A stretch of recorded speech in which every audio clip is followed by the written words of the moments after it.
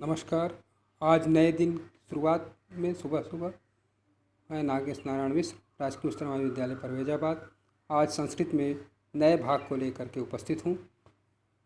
प्रत्याहार के विषय में आज कुछ ज्ञान बच्चों को देना है।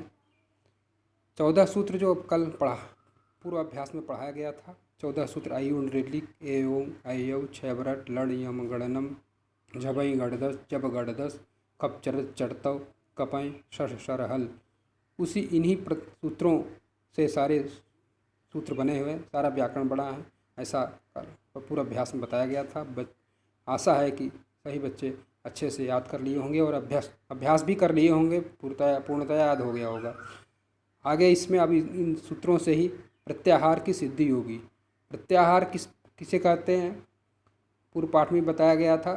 बार बार इसलिए बताते हैं कि याद हो जाए। प्रत्याहार्यन्ते संक्षिप्यन्ते वर्णा यत्र सप्रत्याहार। वो प्रत्याहार कैसे संक्षेप होंगे, जैसे कई शब्दों, थोड़े 2 शब्दों में कई शब्दों को कह देना। जैसे अण है तो अण प्रत्याहार अण 2 शब्द हैं, कहेंगे कितने को, ई आ ई उ 3 शब्दों को, 3 वर्णों को। इस तरह से अयुण में से हम अ और ण को जोड़ दे तो अण बनता है। या यूँ कहें कि सबसे पहला और अंतिम वर्ण मिलने से अण बनना।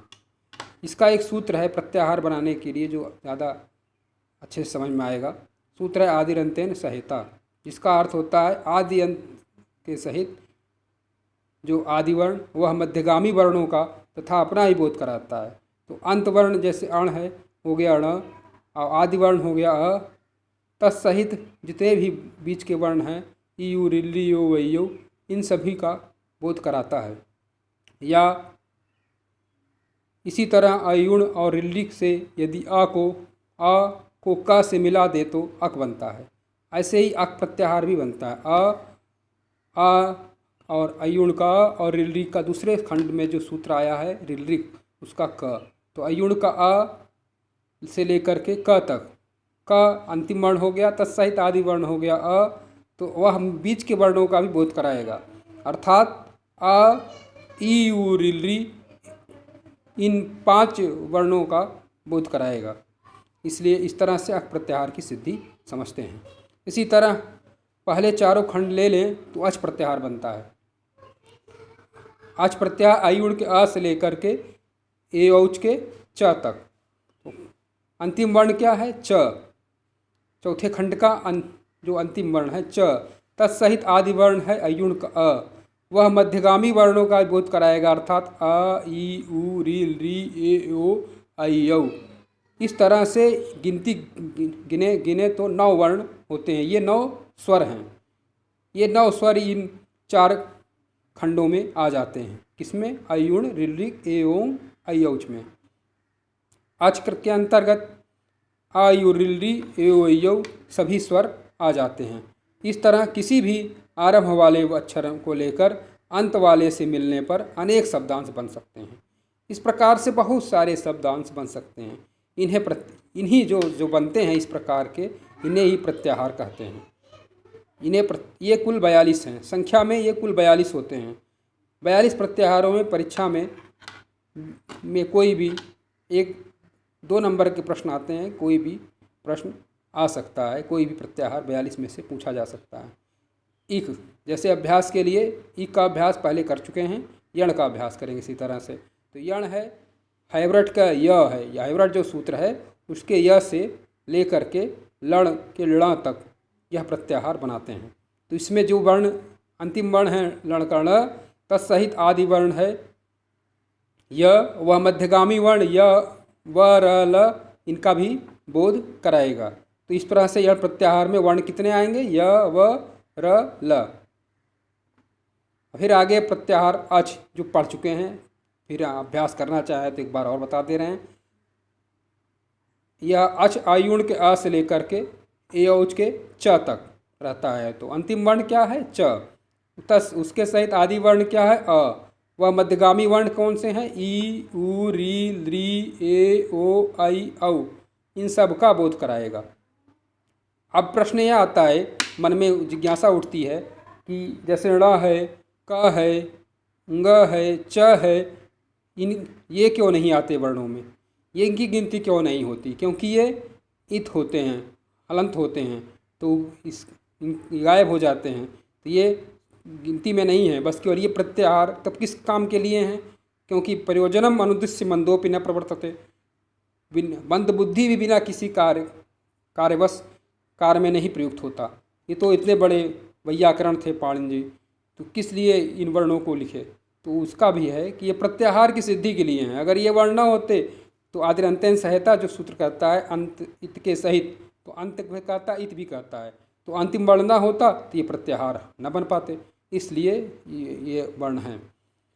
जस प्रत्याहार इसी प्रकार से देखते हैं, तो जस प्रत्याहार ज ब ग ड द कहाँ से है, जस प्रत्याहार, जब ग जब जस जब ग ड दश यह सूत्र है, तो उसके ज से लेकर अंतिम वर्ण क्या हो गया, श, तत्सहित आदि वर्ण हो गया ज, वह मध्यगामी वर्ण कितने हैं, ज ब ग ड, मध्यगामी वर्ण ब ग ड द, तत्सहित आदि वर्ण ज, इन सब का बोध कराएगा।